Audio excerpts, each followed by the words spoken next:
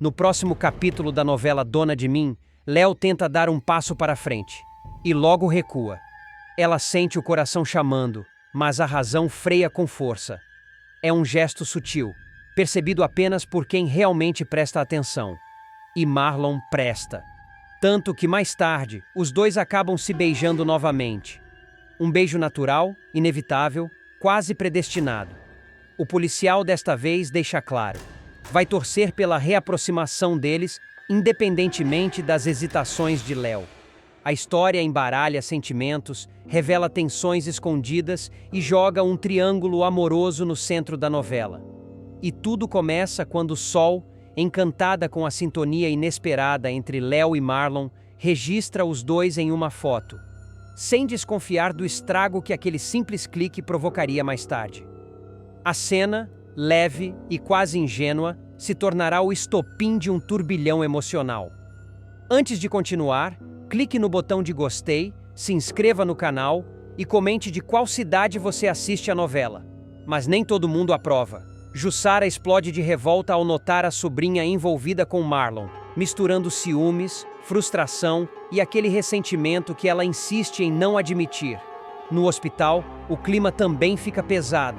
Filipa visita Ricardo acompanhada de Jaques, que imediatamente sente o perfume de Tânia no ar. É como uma facada silenciosa, um lembrete incômodo que ele tenta esconder, mas não consegue disfarçar.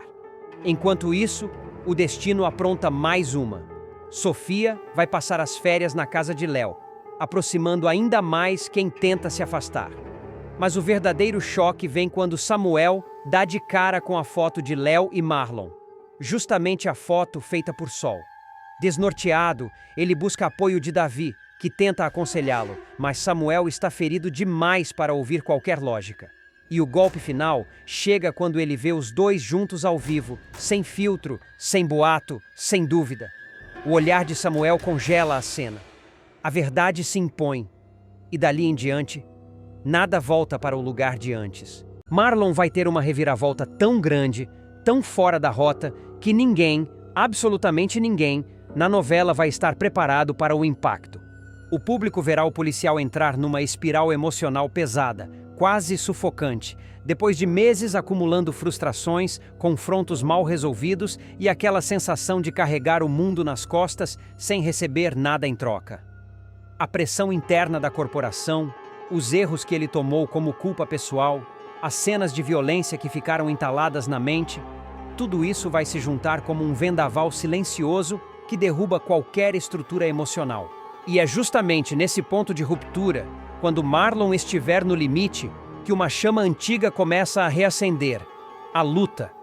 Aquele universo que sempre significou força, disciplina, identidade. Algo que ele deixou para trás achando que precisava crescer, ser responsável, ter estabilidade, mas que secretamente era a única coisa que fazia seu coração bater no ritmo certo. A nostalgia vira necessidade. A necessidade vira decisão. E a decisão vira ação. Ação impulsiva, ousada e inesperada. Nos bastidores, Marlon vai começar a faltar treinamentos da polícia, esquecer compromissos, perder o foco nas missões. Os superiores vão notar, os colegas vão comentar, e Samuel será um dos primeiros a tentar alertá-lo. Você tá diferente, Marlon. Tá com a cabeça em outro lugar. Mas não vai adiantar. O ex-policial estará imerso demais naquele chamado interno que grita por mudança. O som da luva batendo no saco de areia vai ecoar com uma intensidade quase simbólica, como se cada golpe espancasse um trauma diferente. Ali, Marlon renasce, suado, ofegante e com os olhos ardendo, não só pelo esforço físico, mas pela sensação de voltar para casa. É nesse momento de retorno que surge um empresário conhecido no meio esportivo por apostar em talentos que prometem ascender rápido. Ele observa Marlon treinar, vê a precisão dos golpes, a postura firme, a velocidade, a técnica refinada e enxerga ouro, um potencial bruto, pronto para ser lapidado. Nos próximos capítulos, a parceria entre os dois começará tímida, experimental, mas em poucas semanas se transformará no primeiro grande empurrão para a nova fase de Marlon. A oferta vem clara, direta e irresistível. patrocínio total, inscrições pagas nos torneios da região, equipamentos novos, aparições em eventos, preparação física com personal especializado, tudo para colocá-lo no topo. E Marlon aceita sem hesitar. Ele mergulha de cabeça no universo das lutas, como se estivesse recuperando uma parte de si que ficou presa no passado por anos. As cenas mostrarão a ascensão meteórica. Treinos intensos, suor escorrendo, quedas, vitórias suadas, torcida vibrando, o nome dele circulando entre os melhores. Em pouco tempo, Marlon vira o lutador mais comentado da região. Especialistas começam a chamá-lo de A Máquina, o Renascido, o Projeto Impossível. E, paralelamente a isso, Bárbara entra em cena com força total. Visionária, rápida e antenada no mercado fitness, ela enxerga em Marlon não apenas um atleta em ascensão, mas uma marca, um símbolo, um produto que o público vai consumir com fervor. Entre conversas no vestiário, trocas de confidências e brainstorms improvisados, nasce o plano: criar uma linha própria de pré-treinos, suplementos, shakes proteicos e acessórios para atletas iniciantes. Os dois começam pequenos, quase no improviso, testando fórmulas, rascunhando rótulos, pesquisando fornecedores. Mas tudo muda quando Marlon vence mais um campeonato regional e explode nas redes sociais. É aí que investidores começam a aparecer. Uma padaria famosa oferece parceria. Uma marca de roupas sugere collab. E quando menos esperam, a linha Marlon Rage Supplements vira o produto do momento. A narrativa vai mostrar o contraste entre a vida antiga e a nova. Farda contra luva de luta. Delegacia contra centro esportivo. Burocracia contra liberdade criativa. E no ápice desse arco, Marlon vai tomar a decisão final: formalizar sua saída da polícia. Será uma sequência forte, com clima pesado, portas batendo, discursos emocionados e um silêncio desconfortável enquanto ele entrega seu distintivo. Porém, quando sair da corporação e comparecer ao seu próximo campeonato como lutador profissional, algo inesperado acontece. O público se levanta. Gritos, aplausos, cartazes com seu nome, flashes de celulares. Ele é ovacionado como se tivesse retornado de uma guerra e conquistado o impossível. Samuel, Léo, alguns colegas da polícia e até Bárbara estarão na plateia, emocionados, orgulhosos, surpresos. E nos bastidores, rumores começam a circular. Comentários, especulações, uma sombra de algo maior prestes a acontecer na carreira dele. Sussurros: esse garoto vai longe, a luta dele está só começando, ele ainda não viu nada. Marlon continuará sua escalada com uma intensidade que assusta até quem sempre acreditou nele. Nos próximos capítulos, sua vida vai acelerar como um lutador que não espera o gongo. Ele simplesmente avança, golpe após golpe, rumo a um destino que ninguém imaginava. A rotina dele se tornará quase inumana. Treinos antes do sol nascer, sessões de sparring que deixam o ginásio em silêncio, competições cada vez mais duras, lutadores mais preparados tentando derrubá-lo a qualquer custo. Mas Marlon não recua. A cada vitória, ele ganha mais força, mais confiança, mais brilho de campeão. A região inteira começa a acompanhar suas lutas como se fossem finais de campeonato mundial. E Bárbara, sempre por perto, acompanha tudo com o olhar estratégico de quem sabe exatamente onde quer chegar. Será nesse ritmo frenético que uma oportunidade inesperada vai surgir. Um olheiro de uma grande liga nacional aparecerá num dos campeonatos onde Marlon é o destaque absoluto. A luta será intensa, cheia de viradas, um espetáculo bruto. No fim, Marlon levanta o braço, exausto, mas vitorioso, e o olheiro enxerga exatamente o que precisava ver. O convite não demora. Uma vaga numa seletiva fechada da liga profissional. Algo que qualquer lutador passaria anos implorando para conseguir. Bárbara vibra. A linha de suplementos dos dois vai acompanhar esse momento. As vendas disparam, atletas começam a usar os produtos, influenciadores esportivos elogiam, academias fecham contratos. Marlon vira um nome forte no mercado fitness. Não apenas como atleta, mas como empresário.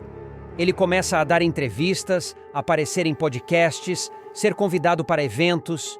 O policial apagado de meses atrás agora é uma referência de superação.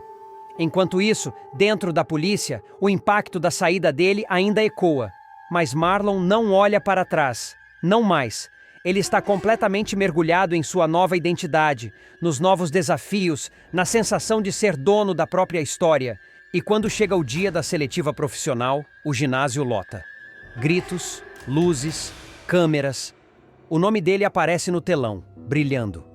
Marlon entra no ringue com uma expressão séria, firme, quase selvagem. Cada passo é a prova viva de tudo que ele abandonou e tudo que ele conquistou.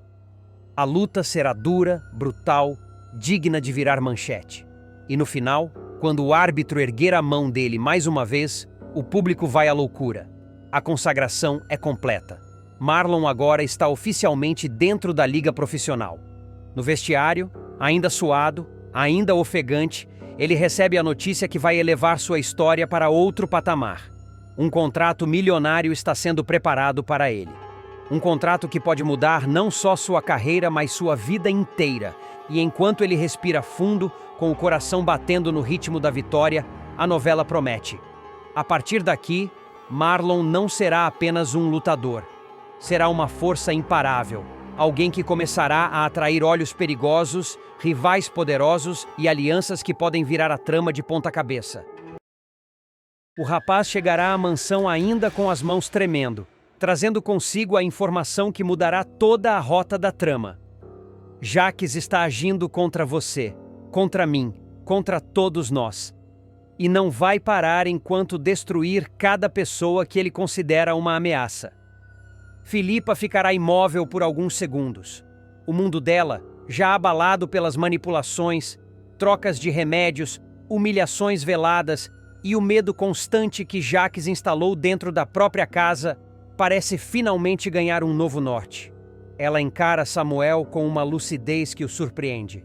Se ele fez tudo isso comigo, o que mais ele seria capaz de fazer? É ali que a aliança se forma. Rápida, urgente, quase instintiva. Filipa dirá que Samuel poderá contar com ela para desmontar peça por peça o império de mentiras que Jacques construiu. Pela primeira vez, a atriz admite que também sente medo, mas que a coragem precisa vir antes. Que chega um momento em que o silêncio vira cumplicidade, e ela se recusa a carregar isso. A partir daí, a tensão começará a aumentar como um caldeirão prestes a explodir. Samuel revelará que encontrou inconsistências sérias no depoimento de Jacques sobre a noite da tragédia envolvendo Abel, e que certas manchas, datas e uma chamada telefônica suspeita não batem com a versão do empresário. Filipa, tomada por um misto de revolta e alívio por finalmente ver tudo tomando forma, oferece acesso total à casa, aos documentos, às câmeras, ao que for necessário. O que nenhum dos dois esperava era que uma peça-chave, dada como perdida, iria despertar no momento exato. Ricardo, o homem que viu tudo, ouviu demais, pagou com a própria vida. Ou melhor, quase pagou. Ele, que carregava na memória um segredo fatal sobre Jacques, abrirá os olhos pela primeira vez depois de semanas. Ainda fraco, ainda incapaz de falar direito, mas consciente. E, acima de tudo, disposto a finalmente fazer justiça. A notícia do despertar de Ricardo correrá pelos corredores do hospital como vento forte antes de uma tempestade. Os médicos avisam que ele ainda precisa de repouso, que não é hora de estimulá-lo. Mas Samuel, movido por um instinto que vai além do profissional, ignora qualquer orientação e corre até o quarto acompanhado de Filipa. Quando entram, encontram Ricardo tentando articular as primeiras palavras. Os lábios secos, quase costurados pelo tempo, se abrem lentamente. E o nome que sai, rouco, trêmulo, é justamente aquele que Filipa temia e Samuel queria confirmar. Jacques. Essas sílabas são o suficiente para incendiar tudo. Filipa cai em lágrimas. Não de fraqueza, mas de fúria contida. Samuel segura a mão do homem e tenta acalmá-lo, dizendo que ele está seguro, que ninguém pode machucá-lo ali. Mas Ricardo, mesmo debilitado, tenta erguer a cabeça para deixar claro que não quer mais fugir da verdade. Ele quer contar tudo. É nesse momento que a trama dará mais um salto inesperado. Uma enfermeira entra apressada, fechando a porta atrás de si, e avisa que um homem esteve rondando o hospital perguntando por Ricardo. Um homem de aparência séria, terno caro, perfume marcante. Filipa sente o sangue gelar. Samuel olha para ela e não precisa ouvir nada. Eles sabem exatamente de quem se trata. E isso, para um vilão capaz de tudo, significa apenas uma coisa. Ele tentará calar o sobrevivente antes que a verdade saia. Enquanto Samuel tenta proteger Ricardo, Filipa reúne coragem para revisitar lembranças que vinha evitando há meses. Ela recorda de frases soltas, mensagens apagadas, conversas que não faziam sentido, barulhos estranhos no corredor da mansão, visitas de madrugada. Tudo vai se encaixando como peças de um quebra-cabeça macabro. E mesmo sem perceber, Filipa começa a revelar detalhes que Samuel jamais tinha analisado. Horários exatos, mudanças abruptas no humor de Jacques, objetos desaparecidos, documentos mexidos na escrivaninha de Abel semanas antes de sua morte. Cada fragmento como um fio puxando o outro, trançando a teia que finalmente começa a mostrar a figura monstruosa que Jacques realmente é. Enquanto isso, no hospital, Ricardo tenta usar uma prancheta para escrever o que ainda não consegue dizer. A mão treme, o traço falha, mas a palavra sai. Provas. O impacto é imediato. Samuel lê aquilo como um alerta. Ricardo sabe onde está o que falta para derrubar Jacques. Sabe quem entregou o quê, quem assassinou, quem mentiu, quem encobriu. Ele viu, ele ouviu e ele sobreviveu. Mas antes que Samuel pergunte mais, o monitor cardíaco apita. Não por um problema fisiológico, mas porque o medo faz o corpo reagir. Ricardo olha fixo para a porta. A sombra por baixo dela revela passos, lentos, certeiros, como se alguém rondasse o corredor.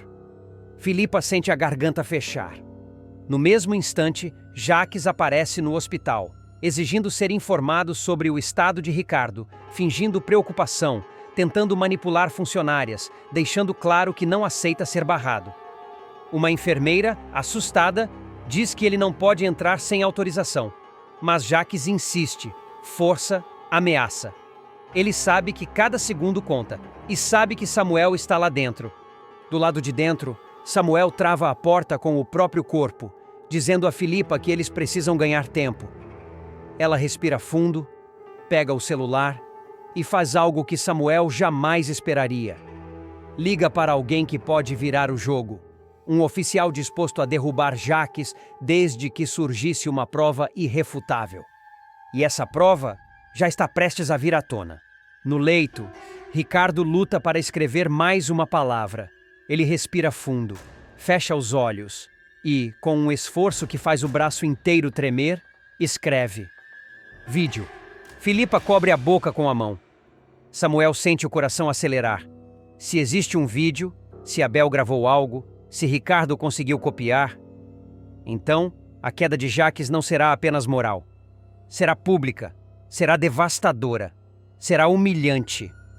Lá fora, Jacques continua tentando invadir o quarto, cada vez mais agressivo, cada vez mais desesperado, porque ele sabe que a verdade está a centímetros de escapar de suas mãos.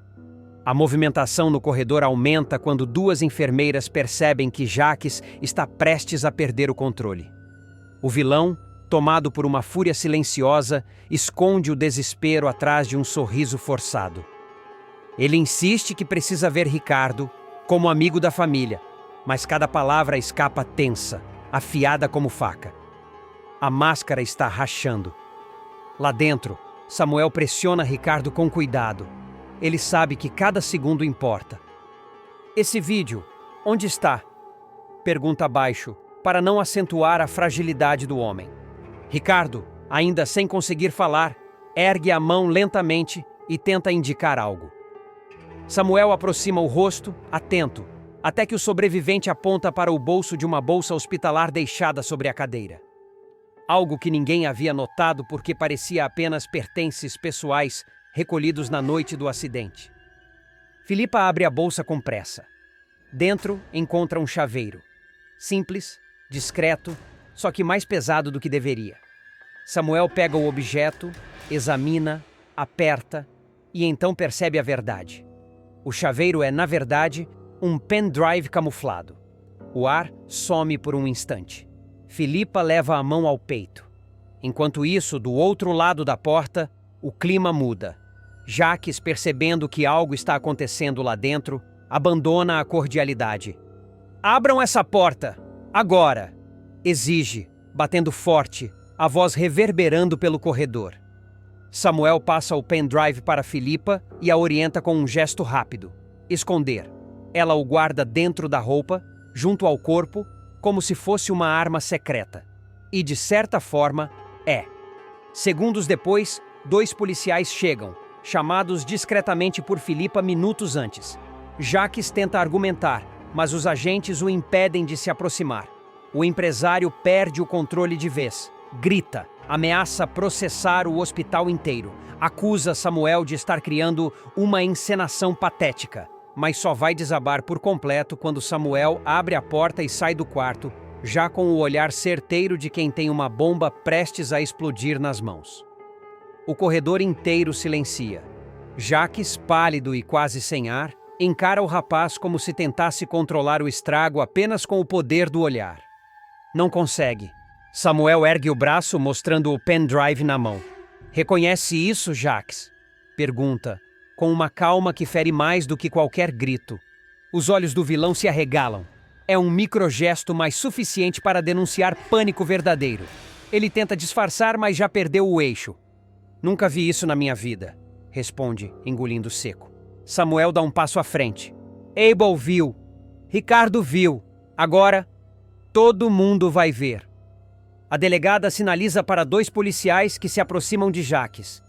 "O senhor está sendo detido para averiguação", indica ela. "Isso é um absurdo", explode ele. "Eu sou um empresário respeitado. Não podem me tratar como bandido. Mas podem, e farão." Sofia vai ajudar Leona a desmascarar Jacques de uma vez por todas. E isso não será apenas um movimento impulsivo. Será uma virada estratégica, cheia de detalhes sórdidos que só uma garotinha com faro afiado conseguiria captar.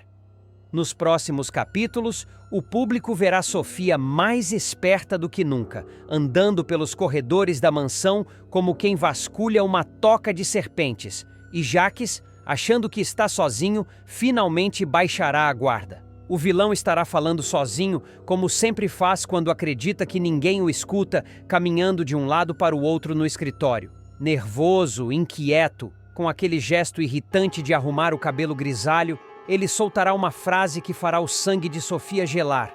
"Já está na hora de derrubar todos que estão ao meu redor." Um por um, a menina que estava perto da porta ficará paralisada. Ainda assim, em vez de fugir, ela chegará mais perto, com passos leves, prendendo a respiração para escutar melhor.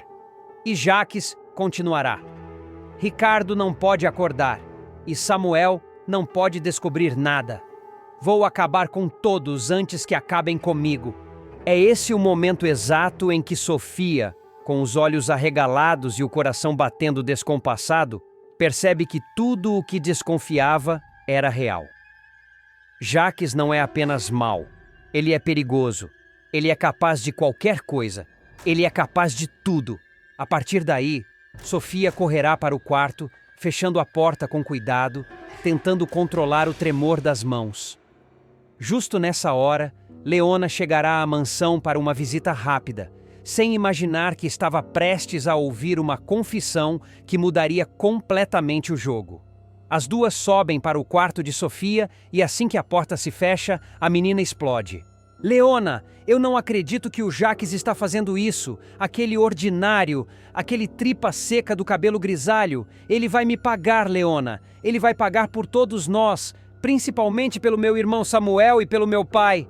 O meu pai de verdade, o Jacques, que ele matou." Leona leva um susto tão grande que até perde a postura. Os olhos dela se arregalam, A boca fica aberta de puro espanto. Ela tenta confirmar se ouviu direito. Como é que é, Sofia? Você está dizendo que o Jacques matou o seu pai? E que quer acabar com o Samuel também? Isso não pode ser verdade. Isso é monstruoso demais. Mas Sofia está decidida. Ela respira fundo e solta tudo, sem rodeios. Eu tenho certeza, Léo. Eu ouvi ele dizendo que o Ricardo não pode acordar do coma de jeito nenhum. E você sabe o que isso significa. Eu também acho que foi ele que atropelou o Ricardo. Ele queria calar o Ricardo, impedir que ele contasse o que sabe. Ele fez isso, Leona. Ele fez. Leona passa a mão pela testa, em choque, tentando digerir cada palavra como se estivesse encaixando peças de um quebra-cabeça macabro. Sua voz sai trêmula. Sofia, meu Deus, será que ele fez tudo isso mesmo? Atropelar o Ricardo? Sabotar você, Filipa? Perseguir o Samuel? Mas Sofia corta, decidida, firme, com a coragem típica de quem já viu muito mais do que uma criança deveria ver. Nós temos que descobrir a verdade, Léo. A gente não pode deixar isso passar. Não dessa vez. Chega, acabou. É exatamente nesse instante, como se estivesse sendo puxado pelo destino, que Samuel abre a porta sem bater. Ele entra com o semblante cansado, mas atento. Do que vocês estão falando aí? Leona tenta disfarçar na mesma hora. É coisa de menina, Samuel. Nada demais. Conversa boba. Mas Sofia endireita a postura, respira fundo e decide abrir o jogo. Ela encara o irmão com um olhar sério, muito mais maduro do que qualquer criança deveria ter. Leona, deixa, eu vou falar. Samuel, eu vi o Jacques. Eu ouvi ele falando coisas horríveis. Ele quer acabar com você. Ele quer que o Ricardo nunca acorde. Ele falou em derrubar todo mundo. Ele está planejando alguma coisa, Samuel. Alguma coisa muito ruim. Samuel empalidece. Os olhos marejam, não por fragilidade, mas por raiva acumulada.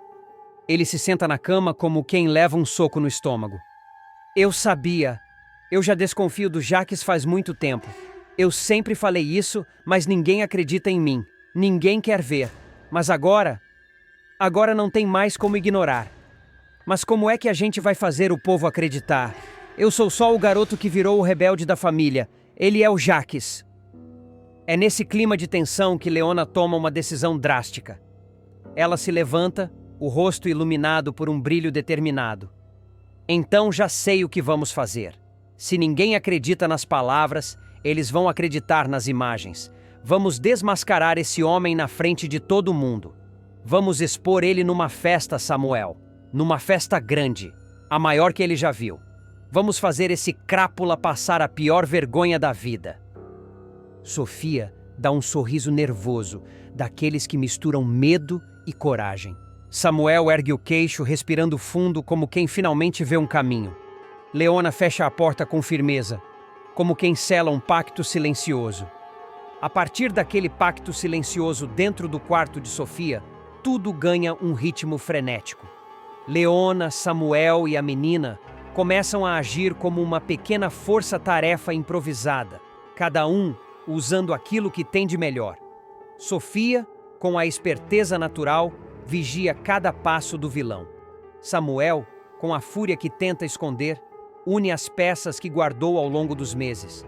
E Leona, com a experiência de quem foi babá, infiltrada e confidente, começa a arquitetar o golpe final. O público verá Leona caminhar pela mansão com passos medidos, como se voltasse a ocupar o lugar de antes, mas agora com olhos de águia. Ela observa câmeras, portas semi-abertas, bolsos de jaquetas penduradas, gavetas mal fechadas. Nada passa. Em uma dessas rondas, ela encontra algo inesperado no escritório. Um pendrive que Jacques esqueceu conectado. Leona não pensa duas vezes. Puxa, guarda na cintura e sai antes que o vilão volte. Enquanto isso, Sofia continua desempenhando seu papel com maestria. A menina age como se estivesse brincando ou desenhando pelos cantos, mas na verdade está sempre com o ouvido atento. Em uma tarde, ela escuta quando Jacques fala ao telefone que tudo tem que acontecer antes da festa. E esse detalhe deixa claro que o tempo é curto. Sofia corre para contar a Samuel. Samuel, por sua vez, decide reunir todos os fragmentos que juntou ao longo dos meses. Conversas suspeitas, comportamentos estranhos, gastos sem explicação, sumiços repentinos. Num caderno velho, ele organiza tudo. Datas, horários, nomes, detalhes minúsculos que só alguém que viveu com medo poderia ter percebido. E quanto mais ele escreve, mais tudo aponta para Jacques. Quando Leona finalmente analisa o conteúdo do pendrive encontrado, seus olhos ardem. Ali estão mensagens trocadas com cúmplices, áudios deletados do próprio celular, documentos digitalizados e até o registro de uma transferência que ele fez pouco antes do ataque a Ricardo. Cada arquivo é uma bomba pronta para explodir. Leona respira fundo, trêmula, e chama Samuel. É aí que o plano ganha forma. Eles não vão confrontar o vilão sozinhos. Não vão berrar pelos corredores. Não vão agir no calor do momento. Eles vão deixá-lo brilhando no centro da própria festa. A festa que o vilão organizou para celebrar sua suposta nova fase empresarial. Leona cai na gargalhada quando vê o convite na mesa da mansão. A ironia é tão grande que chega a ser poética. O evento promete convidados importantes, fotógrafos, discursos, brindes, e ali, no meio de toda a pompa, é exatamente onde Jacques vai tombar. Sofia ajuda com a parte mais arriscada. Ela coloca o pendrive dentro da caixa de som da sala principal, escondido atrás dos cabos, onde só ela alcançaria. Samuel prepara o arquivo principal. Um vídeo curto, direto, com os trechos mais graves das falas, das mensagens e dos áudios, tudo editado de forma cirúrgica. Leona ajusta o tempo, programa a exibição e faz questão de escolher a música de abertura da festa para garantir acesso à mesa de som. Chega o grande dia. A mansão está decorada como um palácio. Champanhe, flores caras, luzes amarelas, convidados elegantes. Jacques chega radiante, acreditando ser o rei da noite. Ele aperta mãos, distribui sorrisos falsos, posa para fotos, manda beijos para as câmeras. Ninguém imagina que o chão já está prestes a desabar sob os pés dele. Sofia observa tudo da escada, discreta, com Leona ao lado. Samuel circula entre os convidados como se nada estivesse acontecendo. Todos aguardam o momento certo. Quando o anfitrião pega o microfone para agradecer a presença de todos, a sala inteira se silencia. Ele abre os braços, teatral, e se prepara para o discurso, mas, antes que a primeira frase saia, as luzes diminuem. A tela ao fundo acende. E o vídeo começa. A voz de Jacques ecoa pela sala, cortante, impossível de negar. Ricardo não pode acordar. Se ele acordar, tudo acaba. Samuel é um problema que eu preciso resolver logo. Vou derrubar todos antes que me derrubem.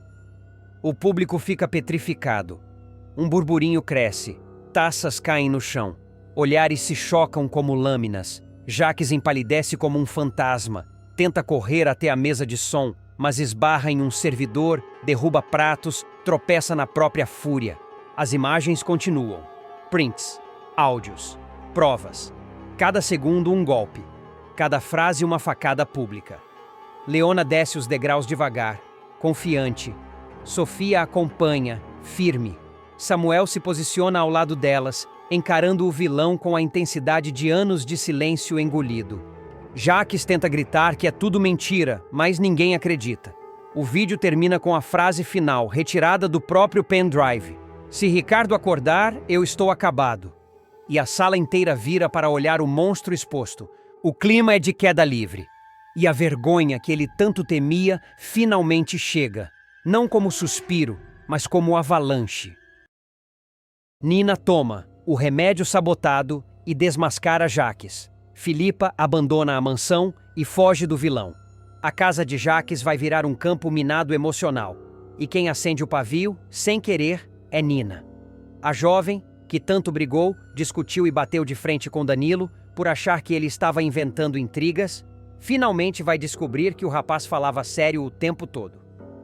A verdade chega sem pedir licença, derrubando certezas, partindo o chão e obrigando mãe e filha a tomarem decisões que vão mudar completamente o rumo da trama. Tudo começa quando Danilo, já cansado de implorar que Nina o ouça, faz mais uma tentativa de alertá-la sobre o comportamento suspeito de Jaques. Ele fala do jeito que consegue, atropelado, aflito, com aquela ansiedade de quem sabe que o perigo está dentro da sala ao lado. Mas Nina, tomada pelo ranço acumulado, não dá trégua. Fecha a cara, cruza os braços e devolve tudo em frases duras, cortantes, como se Danilo estivesse ali só para desestabilizar. Para ela, naquele momento, tudo parecia um plano barato para reaproximá-lo de Filipa.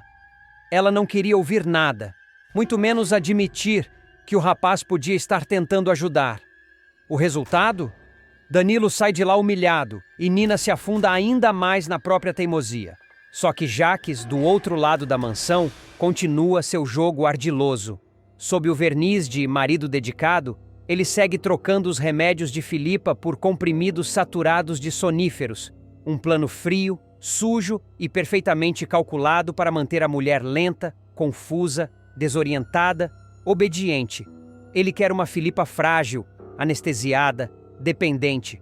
Uma Filipa que não lute, não questione, não perceba as peças do quebra-cabeça que ele tenta esconder. E é justamente essa obsessão que abre a brecha para tudo ruir. Filipa, mesmo debilitada, não perde a intuição. Ela sente o corpo estranho, sente que algo está errado, sente que sua mente não funciona mais no ritmo habitual.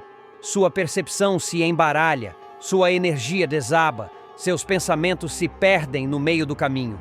A atriz até acredita, inicialmente, que é apenas cansaço acumulado.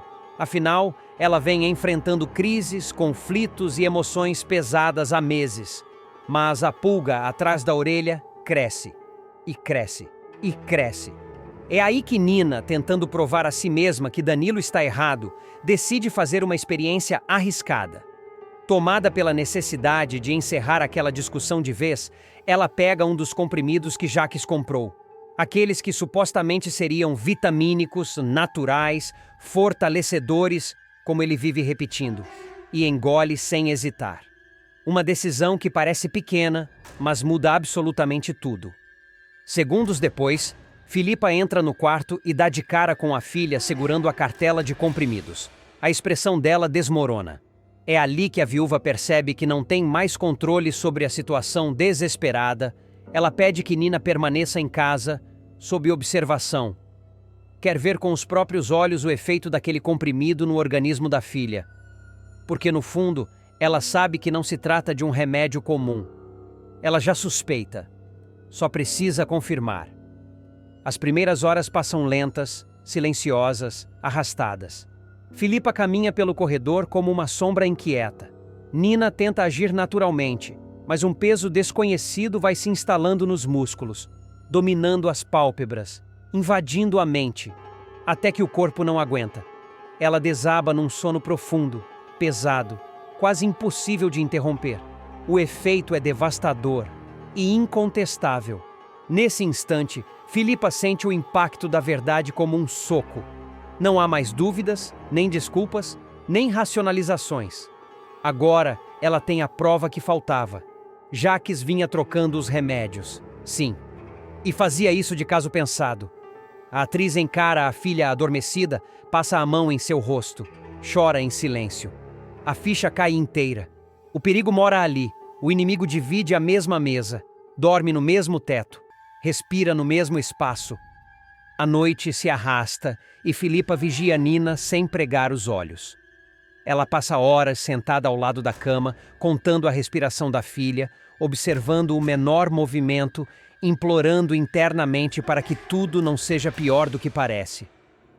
Ao amanhecer, Nina desperta atordoada, com a sensação de ter dormido por 2 dias. Levanta cambaleando, nauseada, confusa, com o olhar perdido.